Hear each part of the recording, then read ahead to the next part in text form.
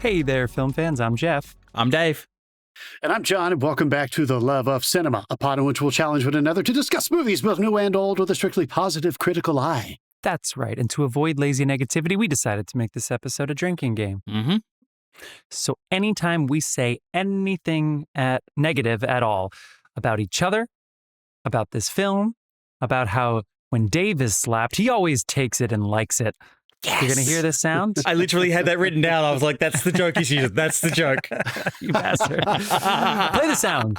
Play the sound. That sound means good. We're taking a drink, and we hope you drink along with us. That's so funny.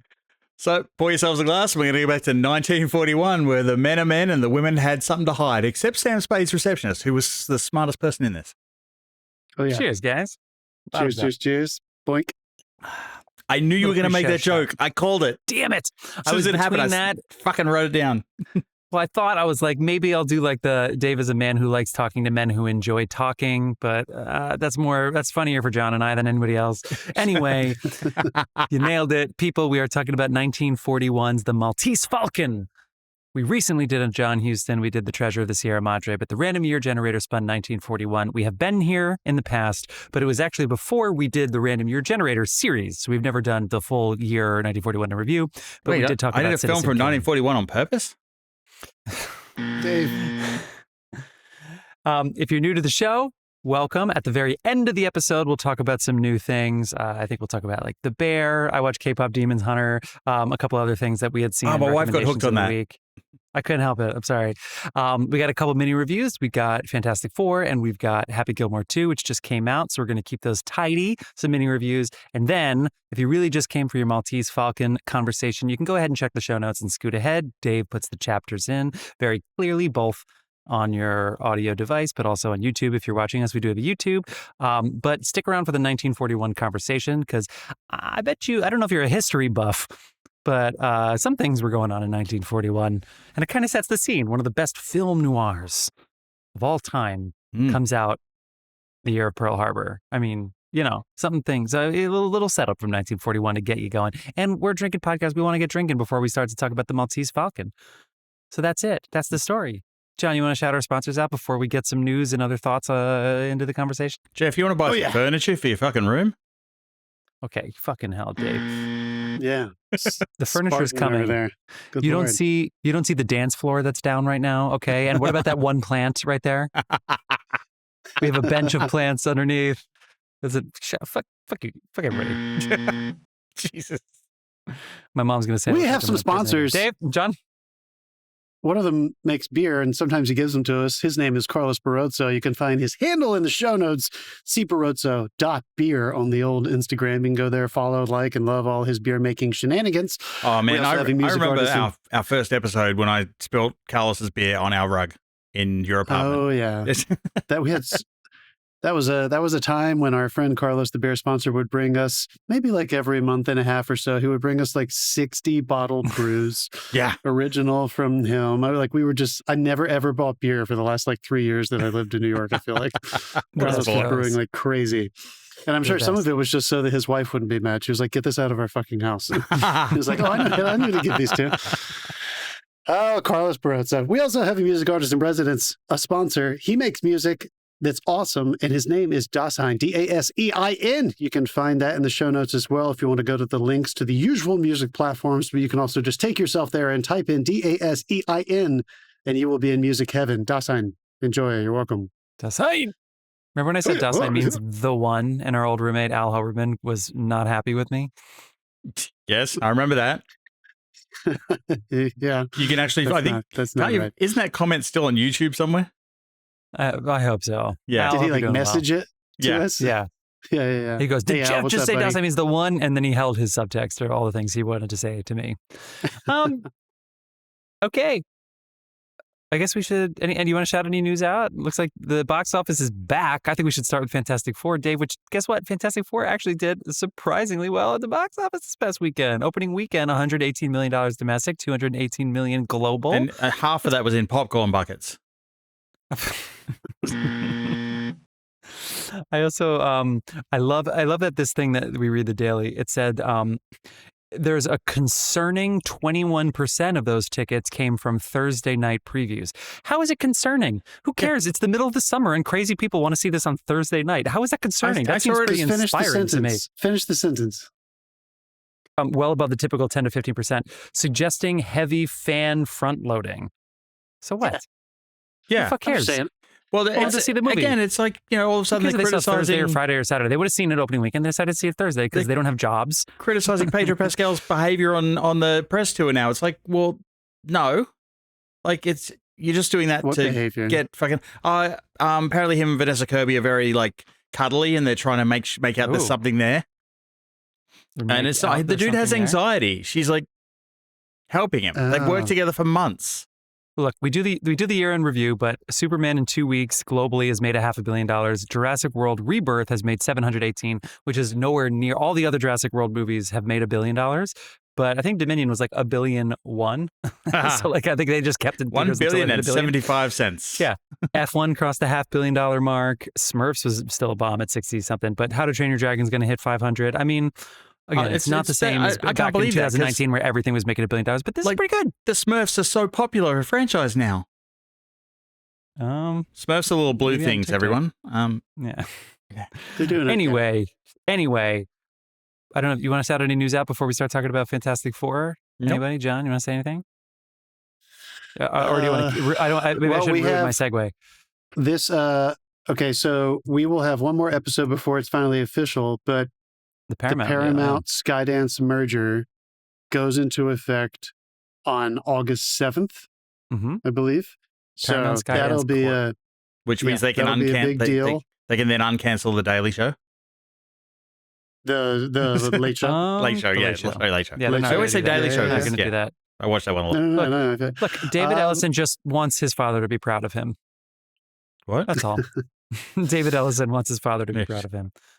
I've said it before. He came to one of my classes. A very, very, very impressive human being. And this was before any of this conversation about taking over Paramount was ever even on the horizon. I just remember thinking, like, good God, this guy's like really impressive and smart and seems to care about trying to make movies that people want to actually watch. So I'm remaining optimistic. I'm hopeful he will finally get in the big seat and things will happen. That studio has such a sordid history of ups and downs and big buys and it going in the trash, and then somebody comes in and turns it around and makes it a big studio again. So I'm kind of hoping we're about to witness another chapter in the crazy story of Paramount Studios, one of the oldest, years. if not cited as the oldest studio. So yeah, let's go. Let's see what happens. Anyway, all right, let's go. Dave, let's do some mini reviews, baby. Let's start with Fantastic Four. Dude, I went and saw this on the Thursday because all those fuckers put stuff on the internet and spoil it now. I'm glad I did. I had a great time. The 60s retro look is phenomenal. It's got so much heart in it. Like everything that Marvel was missing seems to be plugged back into this. Love it. Love it. Can't praise it enough. Like the threat is real. At one point I'm like, fuck, how are they going to beat this? So there was an actual threat in the movie. Hey. And that's good because I don't think you should underplay. I'm saying this from a distance. I did not see this movie. I don't care about these characters at all, but I am also somebody who is not a comic book fan that was definitely influenced by the not very good movies of these characters in the early 2000s. Oh yeah. And so like the fact that you're saying 90s. Like, oh, they totally so no, like they overcame that. This is and absolutely now it's good. Everyone don't believe you. Everyone gets a chance to showcase, but they act like a family. They're already in action. It's like Superman. They kicked in 4 years into them being the Fantastic Four.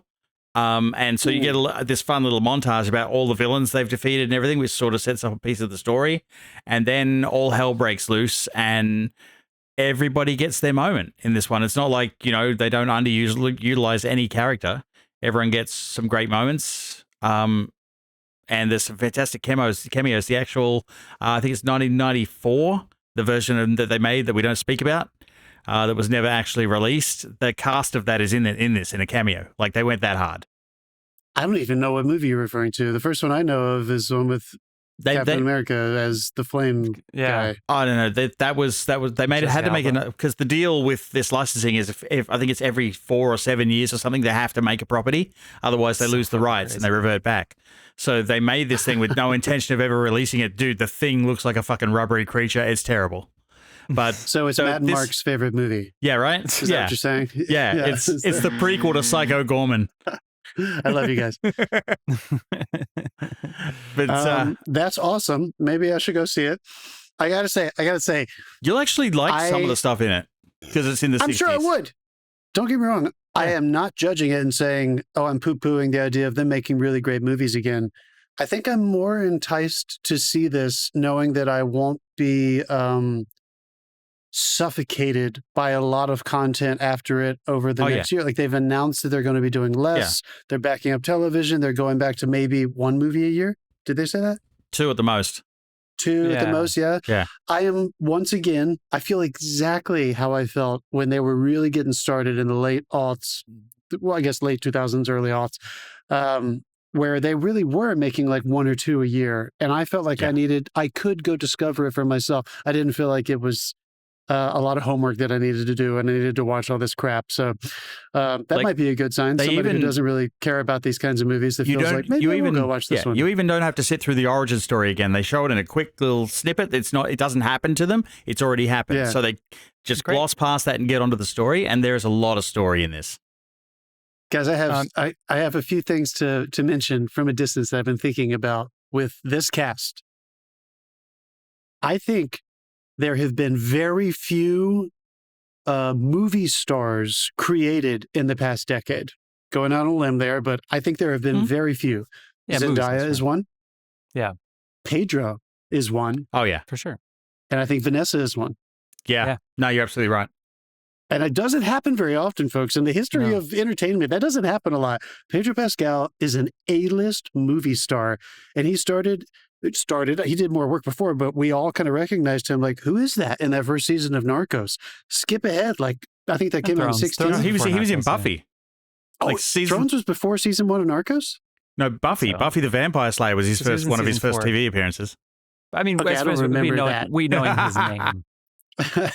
Oh, come on, you were 7. Well, you're right. That season of Game of Thrones. 2015, Game of Thrones, that would have been around 4. I think that's 14 because it was 11, 12, 13, 14. So yeah, the year before Narcos came out, he was in that. He was that guy who got destroyed by that giant. Yes, Prince Oberyn got his eyes ripped out. His skull crushed. From his own vanity. From his own vanity, because he said, "Say your name, say your name." Idiot. Really cool. Fucking idiot. Jesus Christ. Anyway, I just wanted to point that out. I thought that was cool that cast contains 2 like big movie stars now, and those people came about in the last decade or so. Yeah. They're not necessarily relying on a Robert Downey, which no shame on that at all. Like, I mean, I'm so glad he was the original Iron Man, but I feel like they're I don't know, they're embracing like this new gen of movie stars, and clearly he's Dr. Doom, right? Are you serious? Yes. Is that a thing? I don't even know what the words you just said mean. Yeah, Doom is one of the main villains in the Fantastic Four universe. Downey's been cast as him too. Not even kidding. But anyway. All right, then I might retract everything I just said. No, well, here's the thing. You don't have to worry about that in this movie. And I want to tell you as well, Ben Grimm, the guy playing him, turns out the best performance I've ever seen that guy. Like, not for a second do you not think they're a family. Like, it's really good. They've found the one thing that franchise movies really need to focus on to succeed, and that's excessive branding. Cool. Right. So, because there's a fucking 4 on everything. But apart from that, no, wait, it's Dave, what did you enjoy? And it's okay if you loved them both a lot, but did you enjoy this or Superman more? Well, I've seen Superman twice. I've seen this one once, but I think I enjoyed this one more. Wow. Just for the Superman's contained. This one manages to be both a contained story plus universally expansive as well. So, yeah, I think. Do you think Fantastic Four is going to end up being the new kind of Avengers and not the new Avengers? I think people. I think Reed's going to end up Thunderbolts. I would say Reed is. Oh, that absolutely. That was a joke that was set up. Reed's going to end up leading the Avengers, I would say. Who's Reed Richards, Mr. Fantastic. Pedro Pascal. That's Pedro. He's going to end up. Yeah, he's going to end up leading the Avengers, I would say. Yeah, he's got that like good guy Captain America kind of vibe, right? Okay. Oh, 100%. Cool. And he's fucking whip smart, and they really lean into that in this one. Oh. Yeah. Cool. Very cool. Very cool. I'll probably go see it at some point. All right, Jeff and I watched. Remember when they killed him off on The Last of Us, and then the show just took like a ratings dive into the fucking cellar? Well, yeah. Everyone was a little fucking traumatized by that because it was brutal. That was brutal. Yeah, for sure. I'll admit I'm part of that problem. I just did not keep watching it after they killed him. I love him so much. Pedro, I love you. All right, Jeff and I saw a very funny movie. Speaking of maybe cameos. We were both a little skeptical about watching. I guess I was. I was skeptical. I totally impulsively just pressed play last night. You know, it was like they're pushing it so hard on your home screen on Netflix. Happy Gilmore 2. Yep. And I'll go first, Jeff, and I think you'll have more intelligent things to say about the comedy. I don't know if I will. So Jeff and I both follow golf well enough to know like some of the familiar faces that, unlike the first Happy Gilmore, where I think there's a few cameos, like Trevino's in there. He's the one. Isn't he the one shaking his head? Yeah. All the time. Lee Trevino's he's back in this one, of course. And he is back in Vern, this one, the announcer, but no, really, they didn't have like Tiger in it or Phil or anything like that. This movie feels like Adam Sandler called everyone he knows and certainly called in some love from the professional golf tours, LIV and the PGA Tour. And he got a bunch of faces. So if you're a fan of pro golf, I think you're going to enjoy just watching some familiar faces put in comedic situations. If you're a fan of Adam Sandler movies, you are going to laugh out loud multiple times in this movie. The story doesn't need to be the most intelligent, moving thing you've ever seen. It's simple. It gets you in there very fast. The callbacks to the original movie are fun and endearing, if not funny as well. The casting, his daughters are in this movie, which whatever, they're in there. It doesn't really matter. His daughters are in there and they're characters in this movie, and that's fine. But I laughed out loud multiple times, and I kind of surprised at how much fun I had watching it. How about you? I was literally of two minds the whole time. I was watching it thinking, I was laughing really hard. I was like, there were a couple times where I was laughing really hard. And there were a lot of times. rolled her eyes at me several times while she was getting ready for bed. And I was like cackling on the couch. I was basically making Angela mad. I was laughing so hard. Let's watch a movie that'll make you lose all respect for me. Do you remember how when we watched Happy Gilmore and I knew all the lines, and so I was like quoting it, and John had to pause the movie and just put the remote down, and then he slow turned and looked at me, and I was like, sorry. That's what I did. That's what I did this time, but with laughter. Like it literally was like that. Yeah. At the same time, this is one of the dumbest fucking movies I've ever seen in my life. Sure. But I think he knows it. He knows it. They know it. Everyone knows it. Sounds like a so compliment. Fucking dumb. I mean, the reason that these other guys can now hit the ball as far as him is so dumb. It's so stupid. It has that kind of... When Haley Joel Osment looks him in the eye while he's so twisting and driving is so ridiculous. What do you think of that? And he's like... That was disgusting. You know, just oh man. And I mean, like, look, I'm of two minds too, because by bringing these other golfers in, he kind of tries to establish some legitimacy here. Like he literally is saying he won, for all intents and purposes, I think 5 or 6 of like the Masters. It's the Tour Championship with the gold jacket from the first one. Like, I believe that's Mr. Gilmore's, like that gold jacket. And he won it 5 or 6 times, which basically means he's one of the 3 or 4 best golfers of all time. But he hasn't golfed in 10 years. And the first time he goes and plays at a fucking public course, he shoots like a 180. He literally whiffs, and he does a face plant. That's one of the funniest things I've ever seen. It is in one of the trailers if you're on Netflix and holding it. But at the same time, I mean, he is fucking atrocious. And so it's like, okay, is it better than because he's drinking in a long game poly? I literally said that, Dave. I literally was like, he did reference that to our golf thread. It goes, and it's the sound he makes too.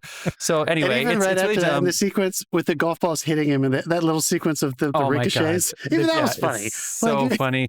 The way that Julie Bowen's not in this movie, well, she is, his cameos, but that, I mean, come on, it's so ridiculous. I mean, anyone who is a fan of the first one, you know, he's got to kill somebody in the exposition. Yeah. So I mean, it's the same format. Funny. He sometimes they show clips from the first movie, and I don't know if that's always the smartest thing. And voiceover, like, oh, once upon a time I did this thing. It kind of feels like a curtain call. It kind of feels like a victory lap sometimes, as opposed to a sequel. It doesn't feel like he wrote down like a unique movie. He literally was like, this is the movie I'm going to make for myself, and hopefully the fans come along for the ride. Yeah. I think it's going to lose some rewatchability, except for some of these stunts. Some of the gags are just so ridiculous. I saw a review of it that said it's really ridiculous. There's no real reason for this movie to exist, and that's okay. Yeah, yeah, exactly. So I'm all about it. But I do think there is enough humor that it will outlast any of those negatives that you just said about, like the rewatchability because of the callbacks and stuff. I mean, even in Top Gun Maverick, I think one of the weakest moments in the movie is when he's watching Miles Teller play the piano. And just in case you don't fucking remember that scene from the first one, they show you the clip. You're like, of course, we remember, dude. We're huge fans. Yeah. That's why we're here. Let's just see it on Tom's eyes. He stops and looks. That sounds like a producer note. Yeah. Sure. Yeah, for sure. We know why they're doing it, and I guess I don't care. Put a clip of the original guy, just in case they don't get it. Benny Safdie's villain. Yeah. It's so stupid. Again, like it really is. Like, this is such fun, stupid humor. His introduction, he just approaches him at like a grocery store. It's funny. It's just, they're so silly. They're so dumb. And I guess I wanted to celebrate that for a second. Like, there's a lot of anyone who grew up in our generation or anyone who was watching PG-13 and R-rated comedies in the 90s that specifically spun out of Saturday Night Live characters. You're going to remember that golden age, which eventually led to Adam McKay, who was a writer in SNL, making his giant, swath. And the who made the Joker? God damn it, Todd Phillips.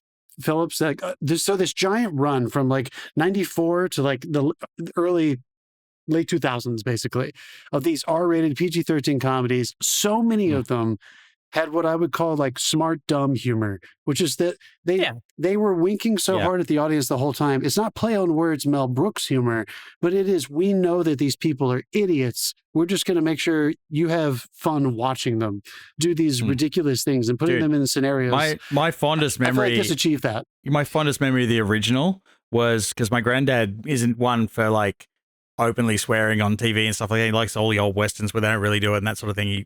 He did. And we sat him down to watch Happy Gilmore, and the scene where he's losing his shit at the ball and it's just in the background, it's just bleep, bleep, bleep, bleep, bleep. My granddad was pissing himself laughing. And I'll never forget that. So like, I have a soft spot for that. So hopefully there's more of that. Yes, and every reference to the movie that they could possibly have snuck in here in some way, shape, or form. I'm sure there's like a "tell the ball to go home" reference, and there is. I'm sure that, Again, and to what John was saying with the cast, the cameo, like I think Scottie Scheffler's, it makes me laugh, but it's also making me laugh because it's like, actually, they made Scottie Scheffler do pretty good. They clearly directed him very specifically, and they held it up pretty good. Jordan Spieth with his like, I ordered Tanqueray tonic, and I think you gave me Bombay, and he sends it back. Like, it's so stupid, but it's kind of funny because it's like, oh, stuffy golfers, and Happy Gilmore's wearing a Bruins jersey or something. It's funny. His daughters are not very good actors. That's what John was saying. He said it nice. I said it. He didn't actually say it. They're not very good actors, but they're important parts of this movie, and he wanted them, so it's fine. And Vern Lundquist can barely talk anymore. He's a legend of all time, but he's lost his fastball. They gave him so many lines, and he could barely speak, and it's fine. But it's like they wanted everybody back. Let's give it up for John Daly in this movie, dude. And John Daly's he's like for the real thinking about writing him into it. Like, where did that come? That is so obvious. It's right there. I guess I just want to point this out because I think John Daly. I'm going to move you guys on in a sec before you blow the whole movie for everyone. Okay, hold on. We're not going to spoil it, but I do want to make this point because I think it's kind of there is something very meta about this. Happy Gilmore came out in 1996. Tiger Woods won his first Masters in 1997. Golf did become popular the way it does in the Happy Gilmore world, that's true. Established after, like a year after the movie came out. Like the whole world changed. People started following because of Tiger Woods. So there is something very interesting. And I also, last thing I promise, I'll shut up after this. There is a scandal that's no longer a scandal that has been happening in professional golf for the past 2 years with a new league. And I think this movie does a good job of like commenting on it without actually ostracizing particularly two players who are a part of that league, who are not a part of the bad league in the movie. So there's like commentary on like what's happening in the sport that is actually quite controversial, and they're clearly writing to it. But they ended up figuring out a way to like bring everybody in. I don't know. I was surprised they pulled that off. And Shooter and Ben Stiller, everything's Shooter is God damn it, he is so good, dude. He's so fantastic. It's ridiculous. But that guy's been a foil since the 80s. Yeah. He's funny as fuck in Hacks too. I know you don't like Hacks as much as I do, Jeff, but he's great in Hacks. Right. I think the Sons are going to make you laugh too. The 4 sons. Oh, dude, they're funny.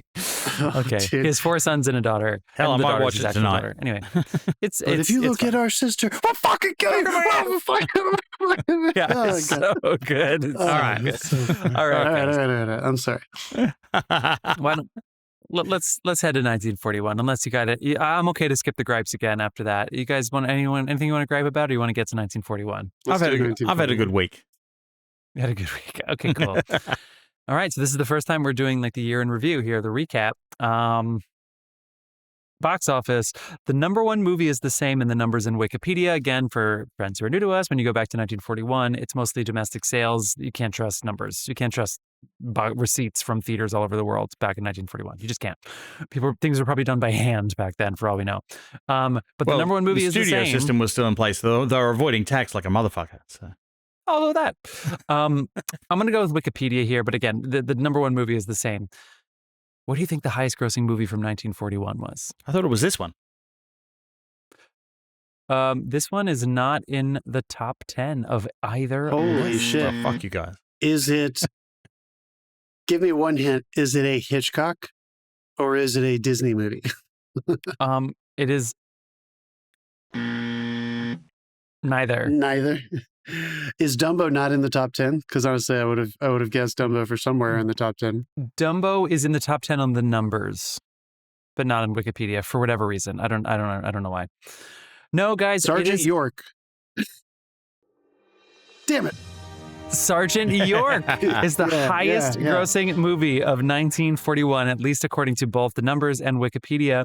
Sergeant York is a biopic of World War I. Ironic that it came out, not ironic, came out in 1942 here, about Alvin C. York, starring Gary Cooper in the title role.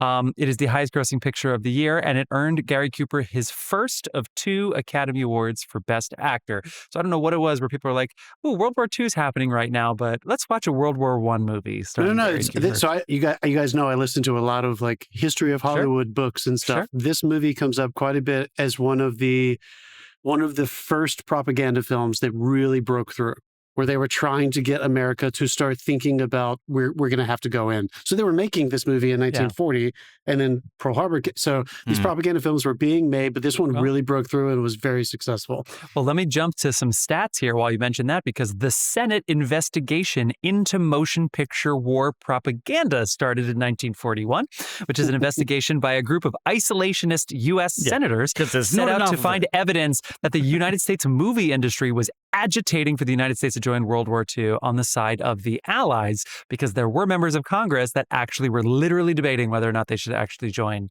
Germany. There was a huge America First, America Isolationist campaign. Wow. Huge. So the U.S. are commie socialists. Didn't bring up. 1941. Hey. Yeah, until we were literally attacked, they were kind of the loudest voice in the room. It's crazy. Okay. I know we're in 1941, but according to the numbers, guess what the second highest grossing movie of this year was? And I'll give it a hint. It didn't come out this year.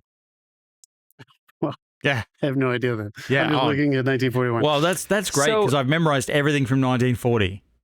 Is it 1940? Yeah. Is it Wizard of Oz or? Wizard of Oz did not come out in 1940. Okay, Gone with the Wind goes into general release in the United States after touring in a roadshow version from 1939 to 1940, becoming a cultural phenomenon. It sells an estimated 60 million tickets in 1941 when it went into general release, so any theater in the country could put it on and you didn't have to wait for it to come through town. Adjusted for inflation, it would be $1.8 billion. For the record, in the roadshow version, he does give a damn. Anyway, let me just go through the rest of, and I'll just go to Wikipedia. Honky Tonk, Louisiana Purchase, How Green Was My Valley, and The Philadelphia Story is your Wikipedia top 5. Rounded out in the top 10, you got Caught in the Draft, A Yank in the RAF. I'm going to go ahead and say that was also a propaganda film. Yeah. Men of Boys Town, Ziegfeld Girl, and They Died with Their Boots On. Probably another propaganda film. Yeah, right. And I'll just add to Citizen Kane was a notorious tank, but somehow it came into number 9 on the numbers. But they literally only listed 9 movies. So Suspicion is also there on the numbers if you look at the numbers. I'll just do awards That's quickly, the and then we could. I was referring to. Yeah. But there were other Hitchcocks this year. Let me see. Hitchcock also had. No, never mind. That was it. John Ford won his third Best Director Oscar for How Green Was My Valley, which would go on to win Best Picture as well. And he'd become the second director to win his third Best Director Oscar. Do you know who the first was? I do not. It's got to be one of the granddaddies. It's got to be DeMille or shit. Who was the other one? Frank Capra. Wow, he had already won. Wait, yeah, you're saying Frank Capra had already run 3? Yeah, according to the Wikipedia. Yeah, according to Wikipedia. Wow. And this is only the 14th. Happened last night. You can't take it with you. And what else would he have? Mr. Smith? What was that? That might have been 39 or some shit like that. Anyway, this is only the 14th Oscar, so like obviously not a big group here. Anyway, he also won 2 in a row because he won for The Grapes of Wrath the year before, John Ford. Yeah, I was going to say that, and that's the first that had ever happened, I think, right? Yes, he was the first back-to-back. Yeah. And he didn't even go to the ceremony. Gary Cooper won for Sergeant. Well, the ceremony might have... No, that was in LA at the time. Gary Cooper won for Sergeant York. Best Actress would be Joan Fontaine, who beat her sister, Olivia de Havilland. That's right. Yeah. They were siblings, even though their name is different. Who was nominated for Hold Back the Dawn. There you go. Fontaine would become the only Oscar for an Alfred Hitchcock film in performing. She's the only acting Oscar of any Alfred Hitchcock film. Joan Fontaine for Suspicion. Remember that for your trivia. Supporting categories: Donald Criss for How Green Was My Valley, Mary Astor for The Great Lie, and Citizen Kane won writing. That's Herman Mankiewicz and Orson Welles. And then Here Comes Mr. Jordan won, and then Dumbo would win like writing, but not Baby Mine. It won Best Score. Baby Mine did not win Best Score. What did Mary Astor win for? Because she's in the Maltese Falcon too. Mary Astor won for The Great Lie. She won for a different film. She did not win for our film. Any other movies you want to shout out this year? There's not too many, so I don't know. I would like to point out, if anyone really enjoys this segment and likes to fact check Jeff, and if you find any mistakes, what did I do wrong? Just call our number and cuss him out, because... Man, I just fucking copy-pasted shit. Come on. But you're right, I do get shit wrong all the time. 646-499. There you go. We should call out Sullivan's Travels, The Lady Eve, The Little Foxes. The Little Foxes set a record by receiving 9 nominations without winning a single Oscar, which was matched by Peyton Place in 1957 and exceeded by The Turning Point and The Color Purple, which each received 11 nominations without a win. The Little Foxes. Wow. Yeah, Bette Davis, I think, like really made that movie happen. Yes. Okay. This was also the year of the original, The 47 Ronin, which has been remade at least 1 or 2 more times. Oh, yeah. Cool. All right, let's do it. All right, a couple other facts going on around the world. The first ever, the attack of Pearl Harbor is obviously number 1. A lot of World War II stuff going on. I think we get it. Russia, the Soviet Union invaded Russia. Sorry, the Germans invaded the USSR. And this is also the year of the Battle of Leningrad, when that started and lasted forever. Those bastards. So 1941, really smart, man. They didn't learn their lesson from Napoleon. Those idiots. Okay. Yeah. Hey, let's go in winter. One country went to war with the whole world and it was pretty close. I know it's a Norm Macdonald joke, but it's pretty crazy, right? One country. Anyway, let's have some more fun. You ready? The first ever NFL championship game was broadcasted.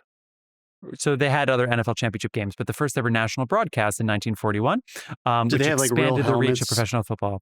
I think they were still Leatherheads in 1941, but I could be wrong. And this is, of course, a radio broadcast, not a television broadcast, but in 1941. This is the year of Joe DiMaggio's 56-game hitting streak, which is still a record. He had a hitting streak in 56 games.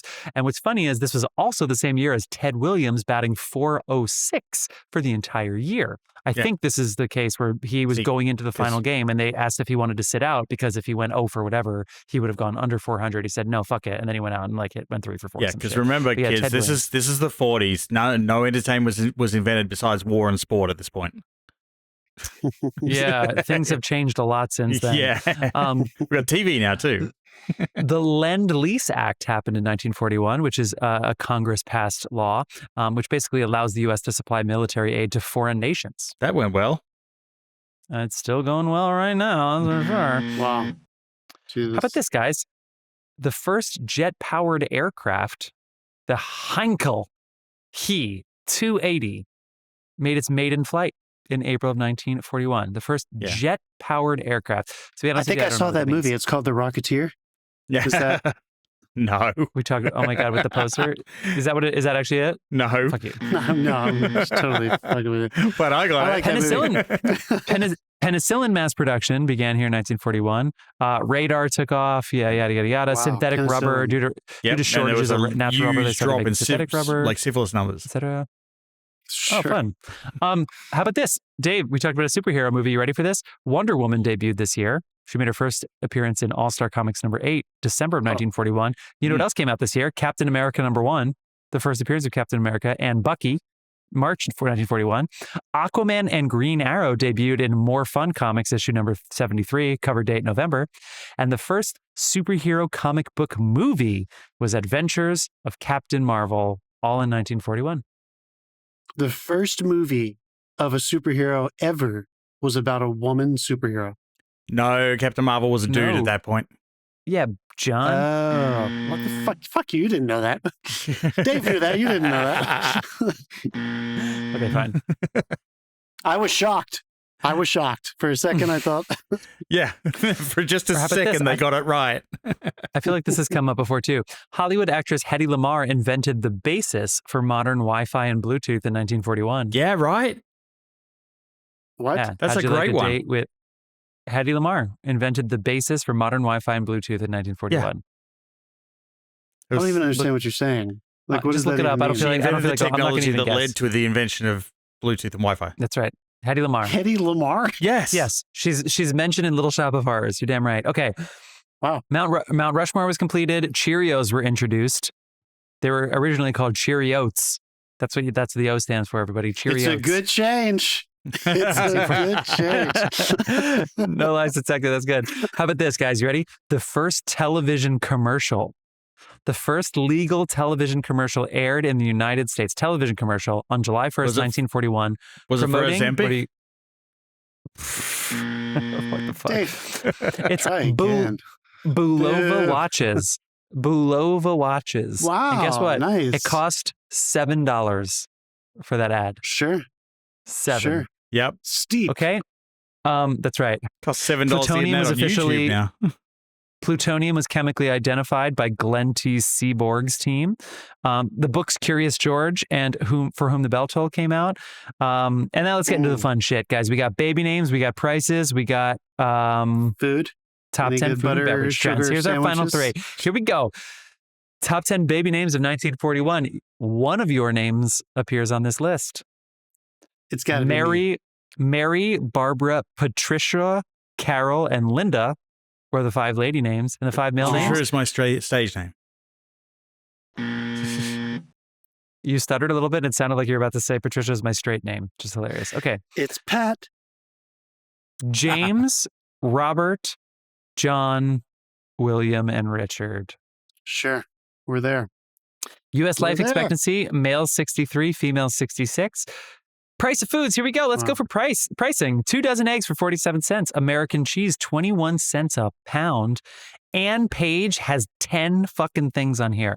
Ann Page, somebody ruined your company. We got baking powder, beans, grape juice, jellies, all this shit. I'll pick tomato soup, 3 cans for 17 cents. That's a good deal. Yeah.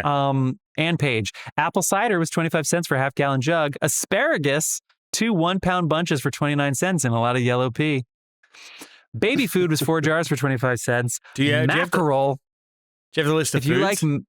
If you like mackerel, 2 tall cans was 19 cents. Not the whole list. Shuck roast. I was just wondering if What, grilled Dave? cheese was a big thing when you get 3 cans of tomato soup for. And you get 2 dozen Oh, sure. fucking, Yeah. a fucking pound of American cheese. Yeah, hell Yeah, right. Chuck roast. Chickens for stewing, 75 cents each. What the fuck Yeah, right. is the... Can you imagine being a sweet little innocent little baby chicken and somebody goes, Don't "This eat looks that." like a- this looks That's like for a stewing. good chicken for stewing. Chuck him in the pond. 75 cents after the markup. And last but not least, butter was 2 pounds for 69 cents. The unemployment rate was almost 10%. The average price of gold was $35. The average annual income was $1,368. The minimum wage was 30 cents an hour. Well, you bring your little your little piggy bank to work so you can put some coins in there? What the fuck? I have a follow-on for this a little later. A new house on average was $3,800. That's it. $3,800 for a nice 1941 somewhat pre-war house. The median home value is under that, $2,900. In 1941, 44% of Americans owned their own home. Only 44%. Great Depression was still doing people dirty. Average rent was $27. Price of gas was 19 cents. Cost of a first-class stamp was 3 cents. And last but not least, $1 in 1941 is equivalent in purchasing power to about $21 today. But again, 1 to 21. Wow. But do the math on like a house. 21. Yeah, I guess that's right. That's like $600,000 and $700,000 house. Okay. And last but not least, top 10 food and beverage trends. Here we go. Honorable mentions here. In the 40s, because it was 1 to 50, but I narrowed it down to the top 10. You have Spam and eggs, Spam and fried potatoes, and Spam and hash, Dave. Jesus. So there you go. Your cholesterol would be doing real good in 1941. You, Dave. Life expectancy was 35. Dave's life expectancy was 35. On a couple other honorable mentions that just missed the top 10. Deviled lobster, corn fritters, and liver loaf. Just missed the top 10. Oh, I man. wanted to shout them out. And yet another reason I'm glad I wasn't around the 40s. Liver loaf. Top 10. Liver loaf. Are you ready? Yeah. Top 10. Yeah. Number 10, concentrated orange juice. So not from concentrate. This is definitely from concentrate. Orange juice, number 10. Dude, I grew up on that. We used to buy that thing. I used to get, you know what? Concentrate. I used to get Tang. You know what? You're doing great. Yeah, Tang's great. Okay. Number 9, coleslaw. Nice little cabbage dish. Cool. For all the German-leaning Americans just discovered cabbage, coleslaw. yeah. I think that's the first vegetable that we've ever Vegetable? Yeah, with mayo. It is technically vegetables, I guess. Yeah, sure. Okay. Coconut cream pie. Oh, Number delicious. 8. Okay. Coca-Cola. Number 7. Oh. Sure. Classic.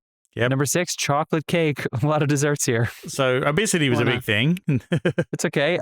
Number 5, big change. Cheese, potato, and onion pie. Oh, the Polish coming in. Polish, yeah. Number 4, Cape Cod Bay brown bread. Number 4. Okay. Number 3, cabbage soup. A lot of cabbage. Yeah. I like that. Number 2, brown sugar meatloaf. Oh, fuck off. Interesting. And the number 1 I've had the brown sugar, was the sweet potato with brown sugar and fucking marshmallow on top of it. I never discovered that over here. Yeah. I'm like, Sure. what the we call it fuck Thanksgiving. is that? It's Thanksgiving. Oh, it's good, right? Okay. Yeah. And last but not least, your number 1 food and beverage trend for 1941, bread pudding. Bread pudding. Delicious. So apparently all desserts. At least it wasn't. Yeah, except for the coleslaw. Yeah. Except for the coleslaw and the cabbage soup. At least it wasn't blood pudding. Cabbage soup. At least it wasn't blood pudding. I guess that's right. Yeah, Okay. Are you folks ready now? I hope that gives you some context for the Maltese Falcon, John Huston's adaptation of the 1930 novel by Dashiell Hammett, but not the first attempt to adapt this to film. There was one in 1931, which was filmed and got no distribution, and so it tanked into the ethers. There was a Bette Davis movie in 1936 that she just straight up said was terrible. I don't even remember what it was called, but it had a different name. It was not called the Maltese Falcon. And then finally, John Huston got the rights, and this is the first I think it was called film. Satan and Her Lover. How good is that? Isn't that terrible? How good is that? And John Huston, this is his first film as a director. And you have, of course, Humphrey Bogart the year before It's a Wonderful Life in the lead role here playing Sam Spade. I'm going to read the IMDb description. John has seen this movie. Dave, you said you had not seen this, right? I hadn't seen this, but I'd like pop culture references. I've been orbiting this movie for years, but never seen it. I had never seen it either. This is a big miss for me. It's also a renter right now. So again, as we say always, as soon as we do it on the show, it's going to be on a subscription service within a month. Yes. So if you're listening to this, go check your subs. It's probably in there. It wasn't even on Criterion. I'm so pissed.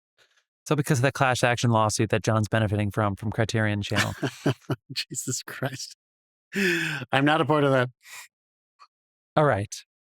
I'm going to read the IMDb description, send it on your way. What'd you think? What'd you feel? No stuffy criticism. Dave, probably going to go first again. San Francisco private detective Sam Spade takes on a case that involves him with 3 eccentric criminals, a gorgeous liar, and their quest for a priceless statuette, with the stakes rising after his partner is murdered. That's a pretty good description for IMDb. It is. You gotta give him some kudos this time. Dave, They had some time to think what'd about you think? What'd you feel? The Maltese Falcon. Is it Falcon or Falcon? Falcon? I'm saying Falcon. I'm from North Carolina, so I say Falcon, but Okay. I don't know what the fuck you guys do in Jersey. It's Falcon. I thought they say Falcon. Huh? Yeah. Yeah, the Falcon. But of course, Bogey's got that. Let's not He's from got that, Massachusetts. The bratty, baby fucking whale, man. He literally sounds like he's in fucking Toonville. Yeah, we got the fucking Falcon. Yeah, I knew she was lying, so I didn't say anything about it. It's like, he's so nasal. He's so nasal. Dave, what do you think? Well, I had such high expectations for this. Oh, God. I really did, because I've been, like I said, I've been circling it for years. And I had a funny moment in it that I'll just quickly touch on, where Mr. Cairo, I'm like, where the fuck have I seen this guy before? This character get referenced a lot. Have I seen it? Like, have I seen other people like parodying this or something? But then I realized back in the day when I was working in a theme park in Australia, we had a clip of this on screen, and I sat in a booth that was facing the screen. So I saw a clip of this movie, the one where he karate chops the gun out of his hand. I saw that clip, like, I want to say 7 times a day. So we got to that bit. It was like, but apart from that, Bogey karate chops the gun out of Joel Cairo's hand. yeah. Yeah. Got it. Yep. This was a miss for me. Bit of a miss. Really? Yeah. It gets good in the middle, but it was a bit of a miss. Dude, I had to rewind it. I fell asleep near the end. I fell asleep at the end too, but it's just because I was tired. It's still a great movie. Dude, they talk so fucking much at the end. Long it's- scenes. it's like- 1941. It's like, well, no, you get to like, an hour or something in, and it's like, all right, we need to do the wrap up part of it, and it starts becoming a fucking scene from an M. Night Shyamalan movie, where it's like, this is the plot, this is everything that's happened. I guess that's true. like the end of it. I tell you, I didn't like the end. I like the middle. The swagger really improves as it goes along, but I wanted to like Sam Spade, but he's such a dick. You Yeah, but didn't he like makes- him. Interesting. I did as it went along, but there's some times at the beginning where it's just like, yeah, little lady, there's some dated themes there. But he makes cigarette Sure. smoking look so good. Yeah. Like, how good was he for the cigarette smoking industry? And what were those lighters that they were using? Those things look cool as shit. And also, Did you like push down into the thing and pull He up? like pulls the thing out. He lights it, and then while it's lit, he just puts it back in like the case. I know It's this so is cool. like, this is questioning the source material, not the movie itself, but why was the fat guy called Gutman? Just good casting. Dave. Gutman! Okay, entitled to your opinion. Are you going to pull a fast one on us and say that you didn't like this, or you're actually serious? No, I didn't like this. Okay. I didn't hate it. For Dave. I didn't hate it, but I didn't love it. Mm-hmm. Okay. Yeah, sure. Jeff, Okay. how about you guys, since you hadn't seen it? I really liked it, and I think the difference between Dave and I, because I did fall asleep, as I said, but I was just really tired, and there was a lot of talking at the end, and I was ready for them to get to the end. And also, I was ready to see a fucking bird. I was ready to see the falcon. I was ready to see it. And Yeah. I know that they do that to you, but I was like, can I see this thing? Humphrey Bogart's so good in this movie. This is like oh my God. I mean, obviously he's good in everything, and he kind of looks and sounds like Humphrey Bogart. He's always about 6'1", really skinny. Like, I get it in every movie he's in, but his smirky smile, and yeah, he's a little bit of an asshole to women and stuff, and he's a little bit of an asshole to everybody. But just like the way that when his partner died, the way he reacted so nonchalantly, and the apparently affair they were having, and they didn't overplay that. Like, it seemed like he was trying to underplay that for 1941. I thought that was pretty good. He's like, all right, come on, get out of here. All right, go on, come on, get out, go. To her when she comes in there. And the way he doesn't see the body, and the way like people, when he's getting questioned by the cops, like the swagger he had. And again, looking at the cigarette, I mean, this was like this is like I know people idolize Paul Newman in the 60s and stuff like that. Like, I'm sure Paul Newman watched him like over and over again in this movie and was like, that is the coolest motherfucker in the entire world. So I think he, and I think that it's simple framing, a lot of long scenes with just a couple setups. Like, I don't think it was the most astonishing direction of all time, No, except don't get me wrong. good Like, choices. I thought the cinematography was great. I just wasn't a fan of the characters. I love Bogey, and he carried it for me, and I didn't believe or trust anybody, but I would have followed him off the edge of the earth. So that was what did it for me. John? I'll just correct my thing earlier. The original title of that other one was not the original title. The second one, the Bette Davis one, was called Satan Meta Lady, which makes you think, like, are they talking about Bogey's character? Like, is Sam Spade supposed to be Satan in that one? Anyway, I totally agree with you that this movie is credited as kind of the first really successful film noir. So it kind of cemented this genre of the detective archetype moving through a world of distrustful characters. And we've talked about that multiple times with different movies on this show. We have done an episode on The Thin Man, which was Dashiell Hammett's, I think, first really commercial success as an adaptation, which is a straight up comedy, not a noir. I would say that's a detective comedy so because that was before this. Yeah. 1934. So it's kind of impossible not to watch this with the lens of looking backwards at film history, because you've heard of this movie so much. It was Humphrey Bogart's breakout. It's John Huston's directorial debut. It's one of the first film noirs to really break through. So like, it's really, I guess my point is, you don't need to disassociate from yourself from that mindset when you're watching it. I think you might actually get more out of it than if you try to just watch it objectively. And that is probably because it is such a contained, low-budget, dialogue-driven story. I totally agree, Dave. That giant scene at the end, which is over 20 minutes, with all 5 characters in a small space, kind of just talking a lot about some information that we already know, some we don't know yet. So there's some mustache twirling, there's some reveals of motives, there's a whole bunch of, you think I am one thing, but I'm not, and I'm going to twist this on you and get you, and you shouldn't trust them. So that is definitely like, that plays into this detective type that happens at the end of every fucking sort of Agatha Christie stories. I'll give you that a bit. Like, there's that deconstruction. I think the important thing about this movie that I enjoyed more this time than I did the first time was definitely recognizing that a star was born. For sure, I agree with you, Jeff, entirely. Like, Bogey is so captivating, and he's such a unique type that didn't exist yet, which is hard for us to imagine, since he ended up defining a lot of that era for us afterwards, like looking back on those old movies, if you will. It also is what I will say at this point, which I'm not downplaying at all, this is not a slight, there is a mature competency to the direction. That it's not an epic. It doesn't go all over the place. The camera moves are mature, and they're there. They're just not super noticeable unless you're thinking about them. Yeah. Apparently, John Huston filmed this on a $300,000 budget, which was really cheap even at that time. I'll say they're noticeable when they're meant to be noticeable. Yeah, exactly. There's 6 weeks to film. It was extremely economic. And he storyboarded and shot listed every single detail. 50,000 on the budget, I think it was. Yeah, something like 54 under budget. Because that's another thing to notice. Warner Brothers made it 100% clear if he needed more money, the film was canned. There's also something that I don't think we can really measure now. And I don't think you can put enough weight on it, because actually you can. Dave literally just lived this. How many times have Fantastic Four been made, Dave? I think it's 4 now.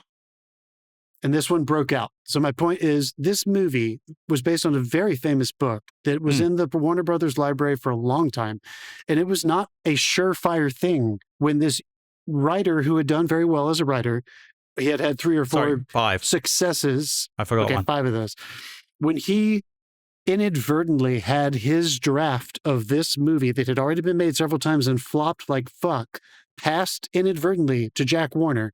And he said, this looks good, go make it. Nobody thought this was going to be a huge success.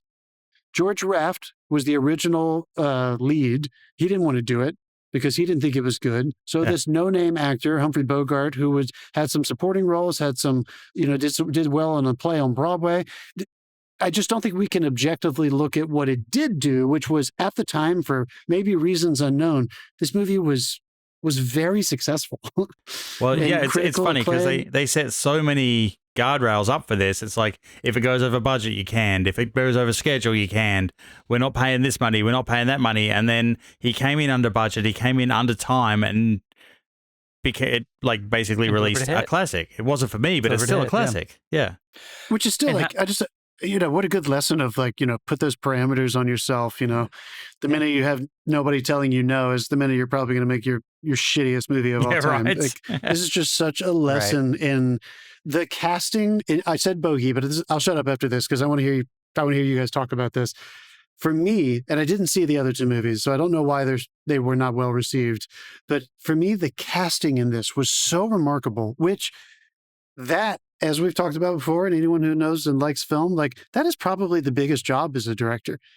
Hal Wallace, who produced this, who was one of the main producers at Warner Brothers at the time, he had a huge, heavy hand in that as well. But John Huston cast some of the people in this movie because he believed in them. They had never appeared on screen before, like Sidney Greenstreet as Glutton, like Peter Lorre. Amazing.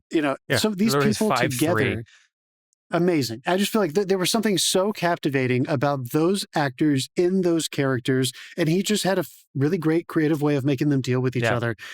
Anyway, all right, I'll shut up. The casting is probably the biggest thing that I walked away with. So I guess back to what you said, though, the biggest thing about this is the influence. So just for fun, these are kind of cheeky, but Rotten Tomatoes put together a list of the top-rated film noirs, and they're all in the 40s or 50s, all of them. And this is the first, and they actually listed it at number 3. They put Laura and Shadow of a Doubt, 1944 and 1943, Otto Preminger and Hitchcock, respectively. And then they threw in The Third Man, which we watched, 49, Sunset Boulevard, Sweet Smell of Success, Strangers on a Train, Kiss Me Deadly, Detour, Double Indemnity, etc. But this is first. And all of them look the same. The posters are the same. The main detective character, for all intents and purposes, is the same. The femme fatale is the same. Another cool thing about this, which is very different from Hitchcock, is the women weren't just 20-year-old bombshells. He cast people that would be very realistic for these parts. True. And the distrustful nature of all of them, they didn't even overplay that. And I also think it's cool that the language they used. You can tell John Huston was an actor, and of course his father is an actor. His father was, I think, nominated for an Oscar this year. Did you recognize his cameo in this movie? I actually didn't. I wasn't looking hard enough, I think. But which one was he? He's the captain who comes in and drops the Falcon. Oh my God, of fucking course. Yeah. And apparently he kept coming in and he kept laughing because he was really drunk. So they had to do a bunch of takes of that and slowed the day down. I'm sure he was not the only drunk one on this set.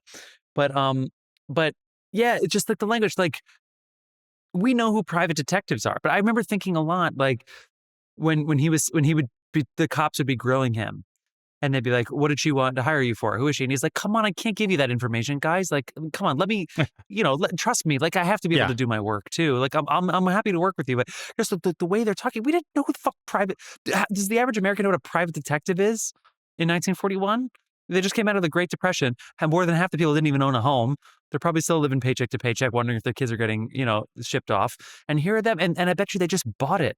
This is like the Shakespeare thing, right? Where it's highbrow language, and then there'll be but poor people who literally pooped in their hands every day watched the Romeo and Juliet, and you're like, what the fuck? And it's they just are used to it. And it's I bet you the American people watch this movie and just fucking got it.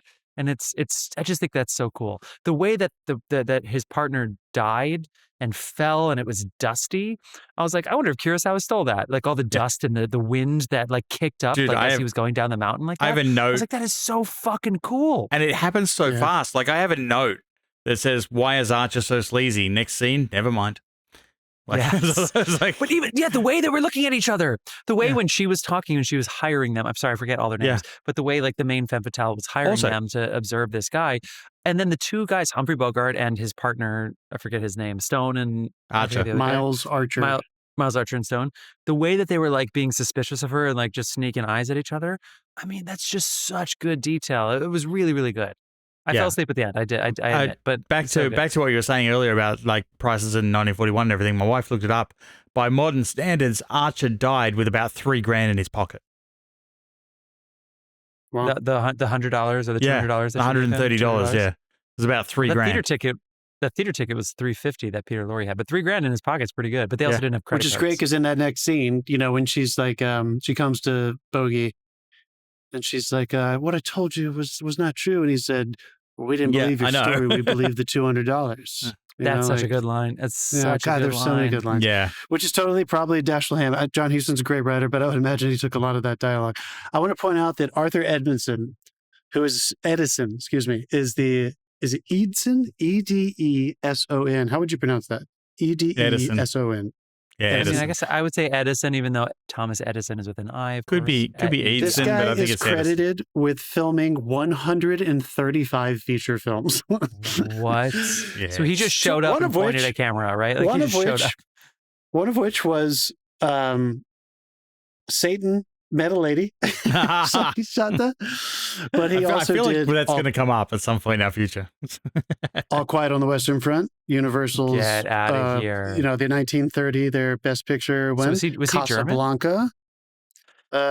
Peter Lorre was also in Casablanca with Humphrey Bogart, of course. He also shot Frankenstein. And so I have read some stuff about how film noir kind of was birthed out of Warner Brothers being the studio that made lower budget. They were real ragtag compared to the other studios. They were not MGM, who was making the giant spectacle, lavish musicals. Warner Brothers became known for just being like, oh, you want to make a movie? Here's half of the money you need. Good luck. And what came out of that... Yeah. Well, I mean, so this is going to be Blumhouse in 40 years. Well, no, but on the way, I'm literally about to lead to both of those things. I feel like what film noir did was take expressionistic, like that kind of German expressionism kind of style lighting, tilting cameras, hard cut light with very simple practical elements, or super over the top expressionistic hard light coming in from sides and tops.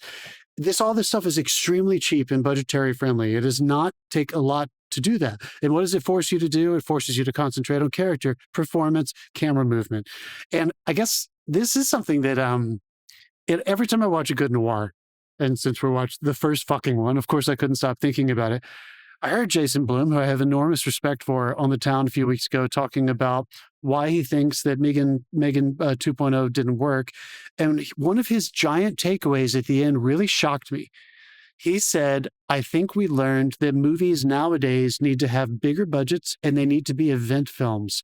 And in my mind, I was thinking, you built your company on really good low-budget horror. And now you think the answer is to make $50, $80 million event horror films? Yeah, because what's funny too is there's now less money going into movies. So he's like, we need bigger budgets, even though you're going to get bombed because it was nothing to do with Megan 1, pretty much. Like you can't. It'd be like he did credit the other things. It'd be like putting Sam Spade in a fucking spaceship for the sequel to this. He did credit other things. It just makes me, you guys know the point I'm trying to make. We watched some of Mad Men last year. We did a rewatch, and I could not stop noticing how cheap the production value looked. I was like, good God, just these low budgets. And why do we talk about some of these great films? Like, all that fucking matters. You need that big production value for a Fantastic Four. You don't need it for a character-driven, humans talking to humans, mystery, suspense, drama, thriller. You don't need it for all of those things all the time. All you need is good sound. It fucking helps. Yes. For sure. But you know what I'm saying? I don't know. Every time it makes me think about, like, Warner Brothers may have been fucking onto something by saying, no, you can't have an extra million. Figure it out. And look what they did. They created an entire genre that have defined some of the greatest filmmakers in history. They fell in love with this genre when they were kids growing up watching it. And this is just such a prime example. I did notice it at the beginning, it dumps you in with like super dizzying speed. But the exposition is, and just snappy, and then right at the end, it suddenly slows down to like the big. Despite how it begins, it ends with like dragging like a fucking lead Falcon statue being taken for a walk.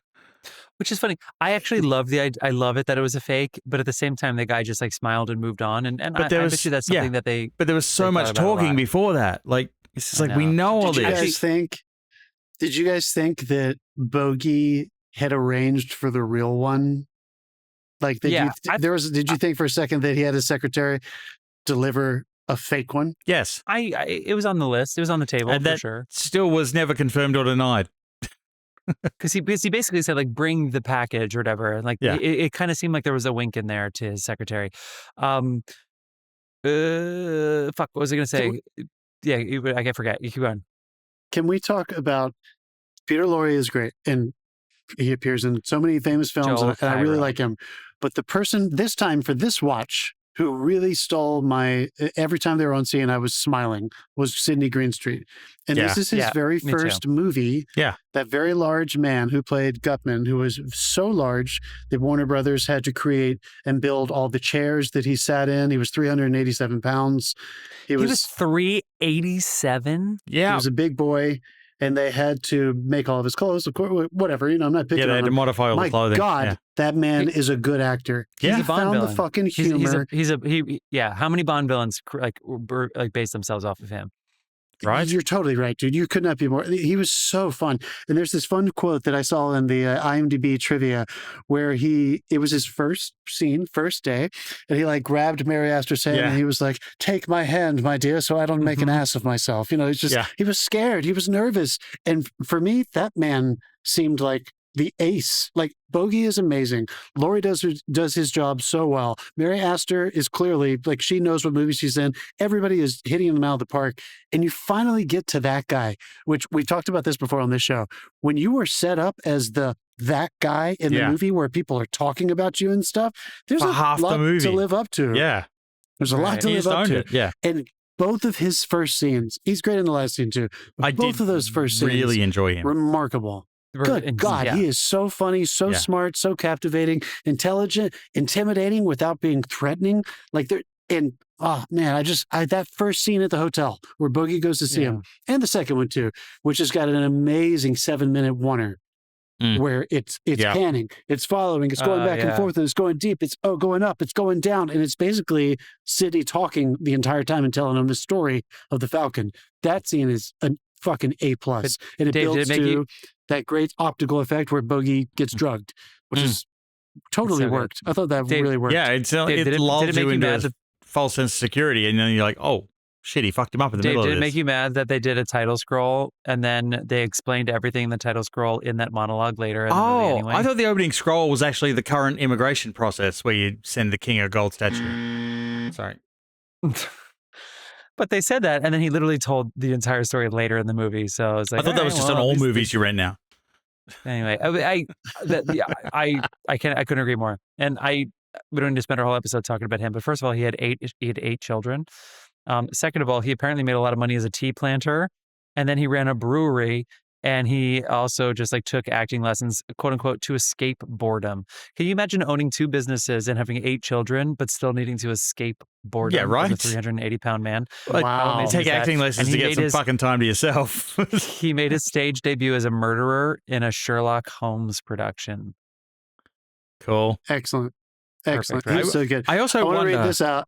Okay, read that. Go ahead. Yeah. Okay. I was just wondering, because this started off noir films. Did it also inspire heist films?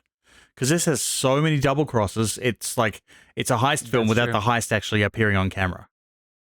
Yeah. The way that the guy snuck off at the end and they just like laughed. The way that the guy who was going to be the fall guy like left. And like everybody is just double crossing everyone left, right, and center.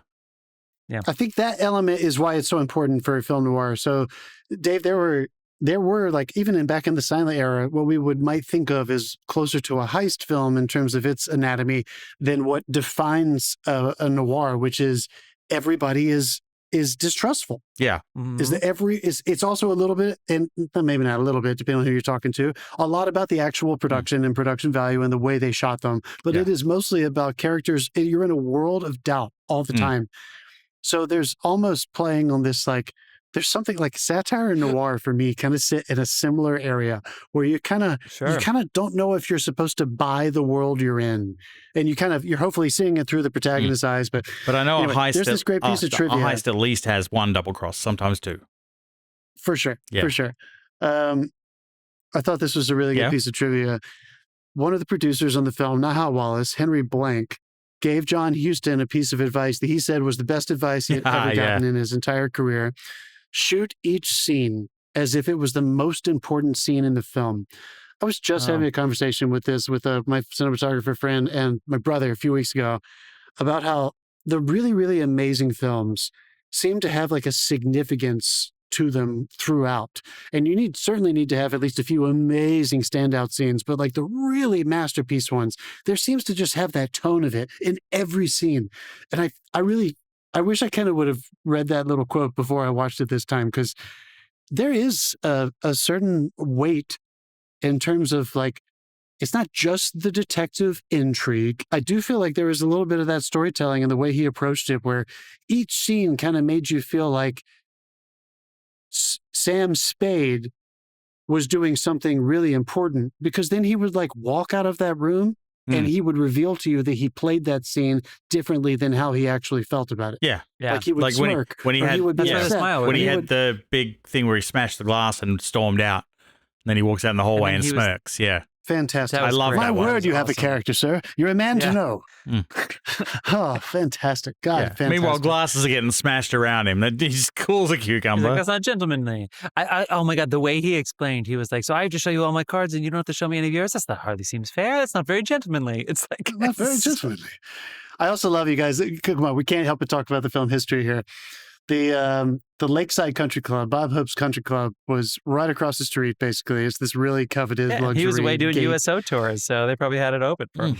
They would go there like every night. This cast remained friends for like the rest of their lives. Like they were very close. And they were living together, but they hung out and they drank a lot together. They started a podcast. It's just fun to think about. Yeah. So I feel like you're also kind of watching like, sorry? How skinny is Humphrey Bogart? That motherfucker is like 110 skinny. pounds soaking wet. And he's like 5'9". He's not very tall.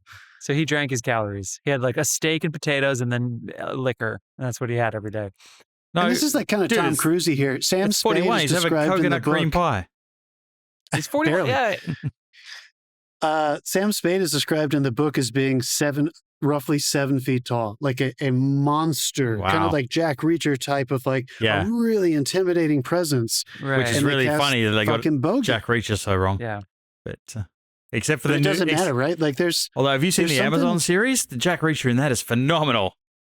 Oh, I know I've seen about that. But with Bogey, there's something, I don't know, there's something more important to the ease and the swagger and how cool he is. He makes himself up being much more important to me than being a physical, intimidating He looms large no matter what, though. And I believe when he kicks ass. Yeah. I believe when he punches and karate chops guns out of people's hands and shit. Yeah.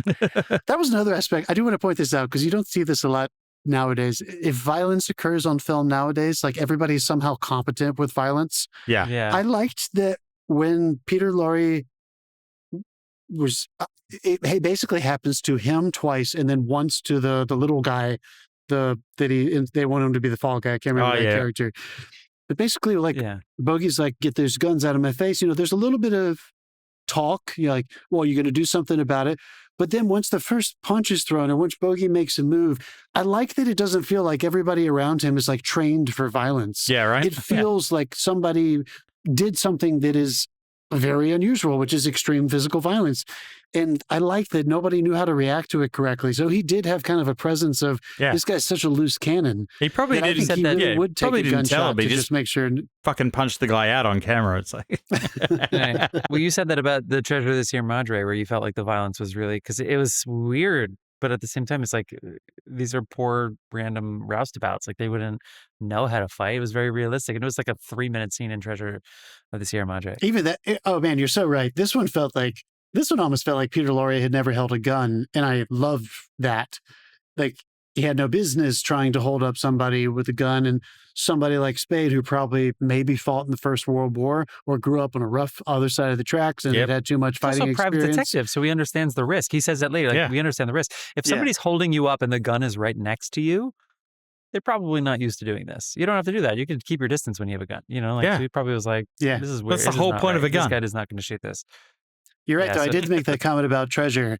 So I'm gonna tuck this away with a little bit of that John Huston clout. I think he's really good at like some aspects of realism just seem to kind of come through in his movies.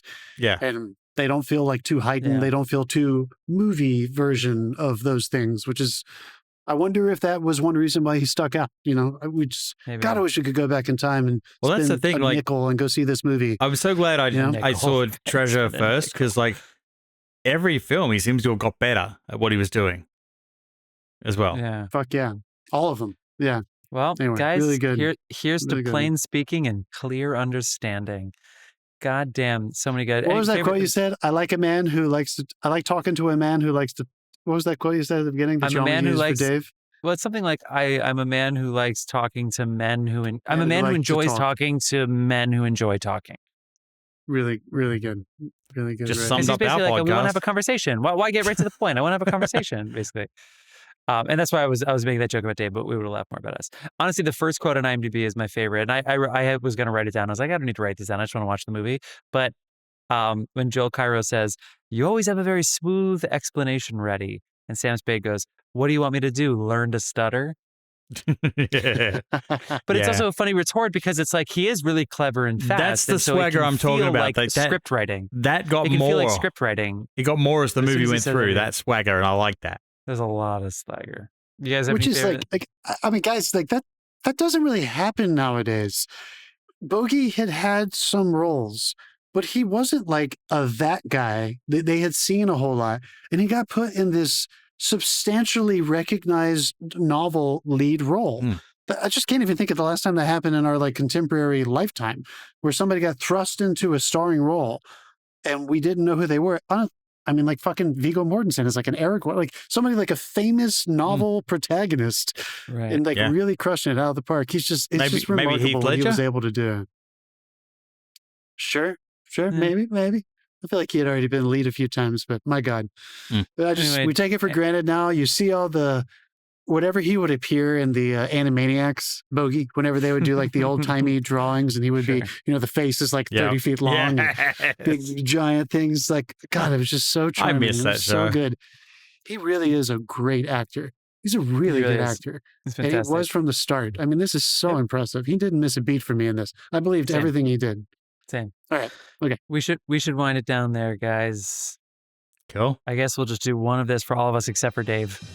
The all button includes me. It's like I'm saying, I appreciated the film for what it was. It was very well put together, and that sort of thing. It just didn't grab me. Dave, I'll admit this. The first time I watched it, I felt like you. I was really let down. I had my expectations. It could have been high. Just I was sitting up here waiting. Was it like Sierra for me, where I was like, where are the sweeping landscapes? Where are the big things? I thought it was I think it was just I'd had this movie in my circumference for so long. I was like, finally, and then it just wasn't what I expected. I bet you as it went on, I enjoyed it more. Like a Bud Light. Yeah. It's going to draw you in, and then you're just not going to watch the end. Yeah. You're not going to watch the last 20 minutes again. How good is this? How good is this, by the way? This image behind me. That's such a good poster. Wait, my favorite, and I don't remember where I put it, but my favorite is it's a picture of Bogey, and he's holding the Falcon, and he has like this symbol, and there's just the shadow of the bird, and like that little peace sign that he has. It's on IMDb somewhere. There are so many pictures of him with this Falcon, which is funny because in the movie, those promotional images. He's holding the Falcon for like 30 seconds of this movie, but there's so many pictures and they're promotional. Guys, did you see? I texted you. Yeah, that was funny. What was that? What it's based on? Yes. Oh, okay. Yeah, that thing is fucking real. It's covered in emeralds and rubies. Yeah, that's real. Even whatever 6 props or whatever they had made for this movie are worth $1 million each now. Isn't that crazy? Guys, So this is one of my favorite pieces of trivia. And Once Upon a Time in Hollywood, it's on Leo's counter. Oh my God, that's like so funny. Gotta watch that movie one day. Funny. Dave, wait. Yeah, when he was cutting it to try to see if it was real or if it was a fake, did you guys think about, is it cake? No, I did not, but I am now. They're cutting apparently the one that is on. I love how because they made several. I love how Jeff drank immediately after that. Like if he's expecting to be buzzed, that was funny. Well, it's like when he has the knife and it's just like a leather bag, and so the knife doesn't cut anything, and that's dramatic. Yeah, literally the knife not cutting anything is like it's not cake. That's what I thought when he was like shaving this, and I was like, what the fuck is he doing right now? Like I listened to the speech, but is it real or not? Just fucking tell me. I saw in the Warner Brothers studio tour. there is a display of one of the versions of the props because they made several versions, and I think only 1 or 2 or 3 of them are heavy, and the others are not so heavy. That's correct. And one of the heavy ones apparently was dropped on Bogey's foot in one scene, and that's the one that's on display because the back tail feathers are bent. Oh no! A little bit. They're like you can see like a little denting in them, and apparently he like got Humphrey hurt. Bogart's foot. Like it wasn't 50-pound leather dented fucking from the prop. Poor little guy. It wasn't dented from the drop. It was dented from the language it heard after it hit his foot. All right, fellas. Let's wrap it up there. Maltese Falcon. I'm gonna rewatch this someday. Not the last 20 minutes, but the first hour and 20 minutes for sure. I'll be watching the last 20 minutes for the first time because I slept through 5 of it. I rewound it. Like, man, this hour and 40 minute movie took me 2 hours and 5 minutes to finish. But I was just really tired. It wasn't the movie's fault. Okay, we got to spin. We got to move on. There's always another episode. There's always another week. John, you want to guess what week Dave's going to spin here? 67 and 86. Let's find out. All right, we're in the 1900s. Oh, 70s. We're both wrong. Yes. Oh, John's favorite. Here we go. Smack in the middle. Wow, you guys went like either side of it. Jaws! Goddamn! Jaws! Jaws! No, I'd like to go in the ocean sometime in the next 5 fucking years, so maybe not. All right, what you been watching? Dave, we'll start with you. What have you been watching? Well, it's funny. Just Stay away from me. just before we started recording, we finished watching Death of a Unicorn, which just dropped online. How is it? It's oh my god, it's kind of fun, and they really play into how fucking despicable rich pharmaceutical people are. Almost to the point where you're like, okay, this is getting a little preachy now, but it's a horror fantasy sort of thing. And this is A24, it's right? A24. That came out last year. And like the creatures look fantastic. The animation of the creatures, not so much, but just bear with it. It's still kind of fun to watch. All right. Okay. Sweet. John? I watched Happy Gilmore 1 after I watched Happy Gilmore 2, cool. which I had not seen probably since it's on Netflix, but it's leaving Netflix very soon. Very soon. I probably had not watched that since that viewing you talked about when you and I watched it years and years and years ago on the couch in New York. Really fun. It's still held up. I like that movie. I also watched, God damn it, I just wrote this down because I didn't want to forget that I watched Did you also watch after K-pop last Demon week? Hunters? No, I didn't. You got when we were reading out the movies of last week, you mentioned the Da Vinci Code. Oh, yeah. Yeah. And I went out and I was like, do you want to watch the Da Vinci Code after we recorded? And I looked it up. Did you guys know that there is an extended director's cut of that? No. There is a 3-hour version of the first one. Holy fuck. Get out of here. Isn't that a Ron Howard film? It's better than the theatrical. Yeah, it's right. Not surprising. Yeah. It's better than the theatrical version. It's still not How was Tom's the best haircut? movie you've ever seen. I mean, God, I love those puzzle movies. The book is, the book is fucking detailed. If we can't have National Treasure, let's have that. I did read that book. Yeah. it was good. All right. Anything else, John? Nope. Okay, 3 things. I want to talk about 3 things. K-pop Demon Hunters. I don't actually have to talk about that. It's if you like, I don't know. I don't even know who to recommend. I can get my wife in here and she'll talk your ear off about it. She loved it. I enjoyed it a lot. I think the music is very catchy, and I think that they did it really well. It's obviously like kind of a YA, like young girl. I'm not going to lie. I watched a few minutes of it. Watching something with them. It's pretty fun, and the songs are really catchy, and they did a good job. I saw The Bear. We hadn't talked about it. I've been kind of watching it over time, but I finally got to it. It's... What is this? Wait. Season 4? Season 4. Are they on 4? Yeah. Okay, it's out. I didn't finish season 3. It's out. It's done. Anyway, it's like... It's done, yeah.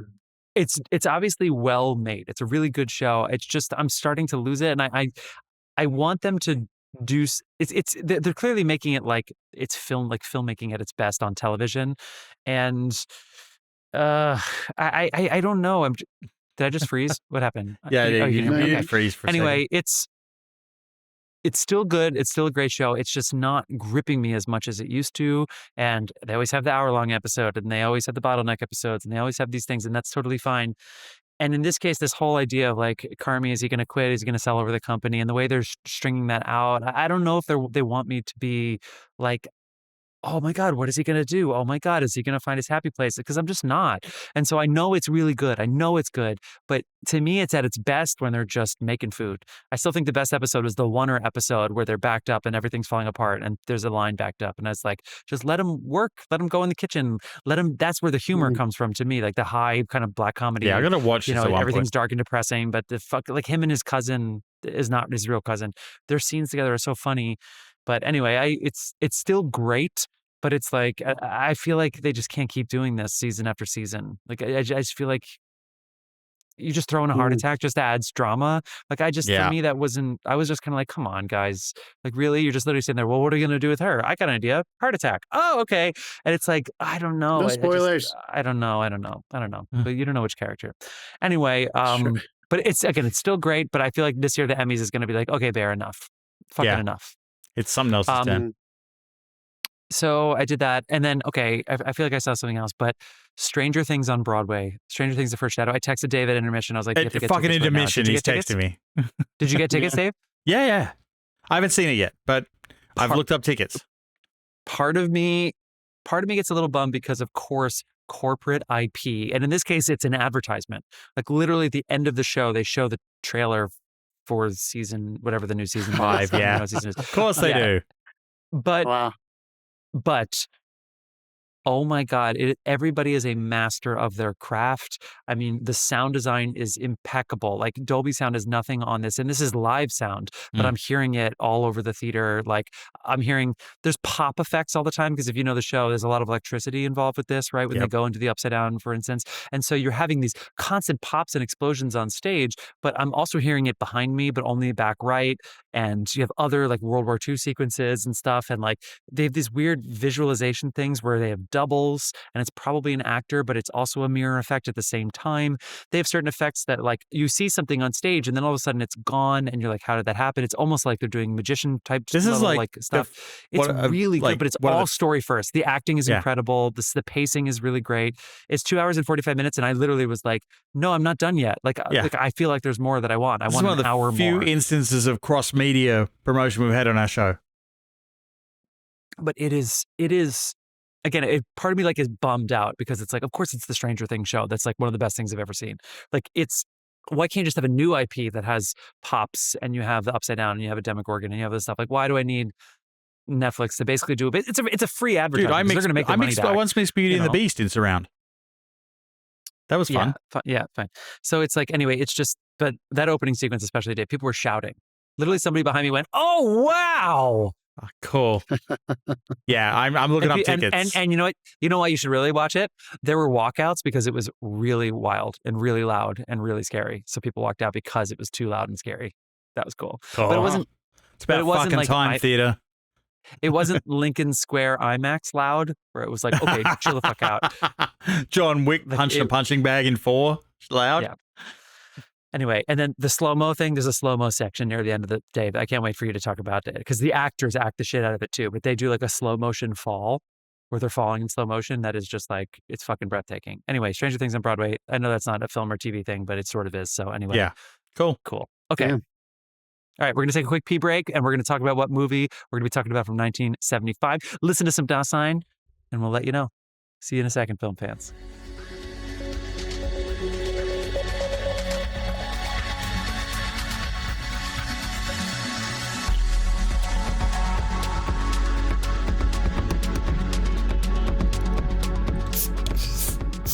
And we're back. And we're there back. It is. Friends, we have been here before. We did Dog Day Afternoon. We did Death Race 2000. And of course we did One Flew Over the Cuckoo's Nest. So we got to do something different here. We have covered Australia on our show before. We have an Australian co-host here. So we are doing one of Peter Weir's breakout films, certainly internationally, thanks to John's hackneyed research that we just did right here. Yep. During our break, while you were listening to some Dasein, we are doing Picnic at Hanging Rock. Dave, is there any other setup that you want to do for this film before we end this episode? It's creepy as fuck. Say something very Australian. But how would an Australian say that? Oh, the Sheilas went up the rock and didn't fucking come back. Don't know where they went. right. I am excited. The Croc is in the track, folks, for next week. We'll it's see on you Max. then. It's on Criterion. We'll see you then. Dave, bring out your Australia next week. We can't wait. Bye.